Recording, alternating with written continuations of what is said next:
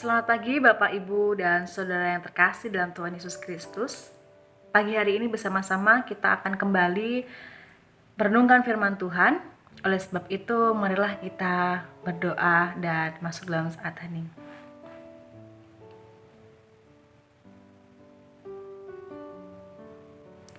Kami bersyukur atas berkat-Mu, Tuhan, terkhusus pada pagi hari ini. Udara yang segar boleh kami rasakan kembali, dan kebahagiaan boleh kami rasakan juga. Maka Tuhan, berkati kami kalau pada hari ini kami akan mendengarkan firman-Mu. Tuhan sendiri yang mengajarkan kami untuk terus mau berdoa dan juga mendengarkan firman-Mu. Maka tolong siapkan hati kami pada pagi hari ini.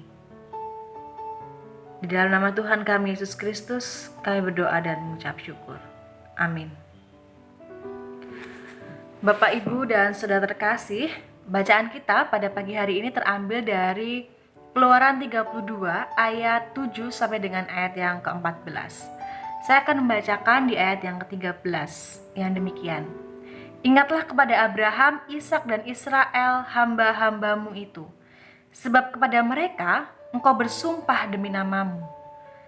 Dan berfirman kepada mereka, Aku akan membuat keturunanmu sebanyak bintang di langit, dan seluruh negeri yang telah kujanjikan ini akan kuberikan kepada keturunanmu sebanyak bintang di langit, dan seluruh negeri yang kujanjikan ini akan kuberikan kepada keturunanmu, supaya dimilikinya untuk selama-lamanya. Keluaran 32 ayat yang ke-13. Demikian firman Tuhan. Berbahagia kita yang mendengarkan firman Tuhan dan melaksanakan dalam kehidupan sehari-hari. Amin. Bapak, Ibu yang terkasih dalam Tuhan Yesus Kristus, Allah begitu kecewa dengan bangsa Israel karena mereka menjadi tidak taat dan juga tidak mengikuti apa yang diperintahkan oleh Allah. Mereka melakukan hal yang menyimpang. Puncaknya adalah ketika mereka membuat patung berhala yang mereka pikir bisa disembah dan menggantikan keberadaan Allah, sehingga apa yang mereka inginkan bisa mereka dapatkan. Mereka lebih suka untuk menyembah patung berhala, padahal mereka tidak menyadari bahwa kasih Allah begitu besar bagi kehidupan mereka.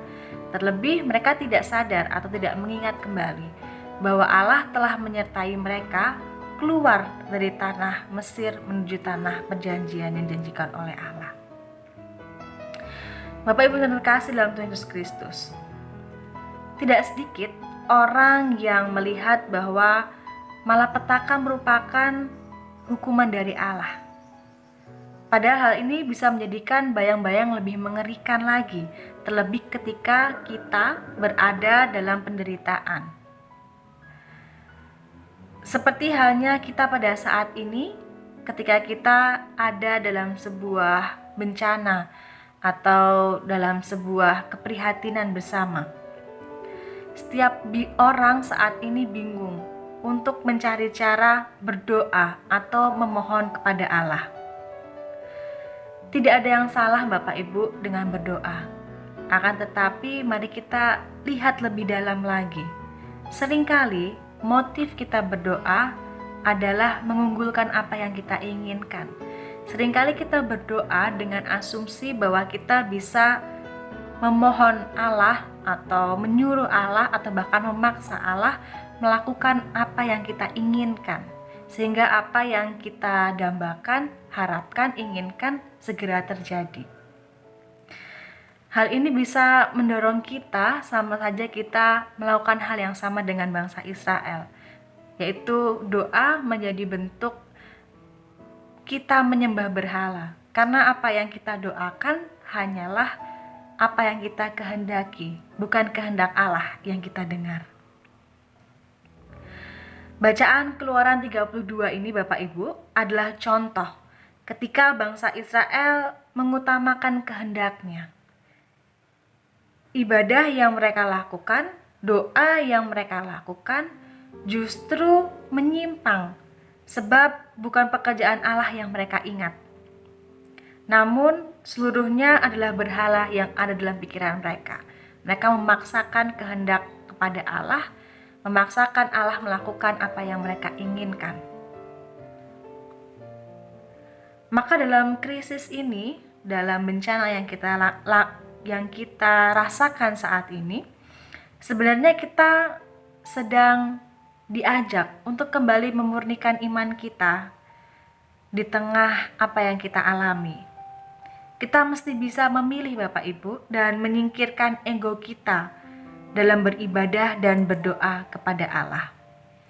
Karena tanpa kita minta, Allah pun telah memberikan apa yang terbaik bagi kita. Allah lebih tahu mana yang terbaik bagi kehidupan kita. Maka di tengah kesulitan ini, jangan kita sampai terjebak pada berhala yang ada dalam diri dan hati kita.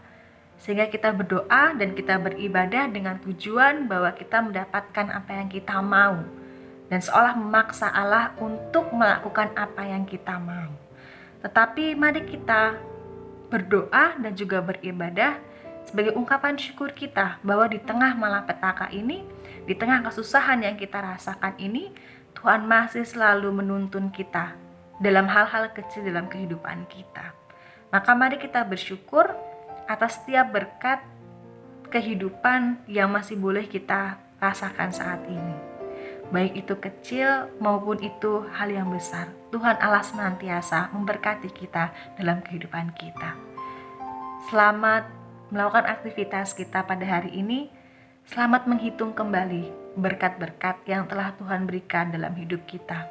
Dan selamat mensyukuri setiap berkat yang Tuhan berikan tersebut. Tuhan Yesus memberkati kita semua. Amin.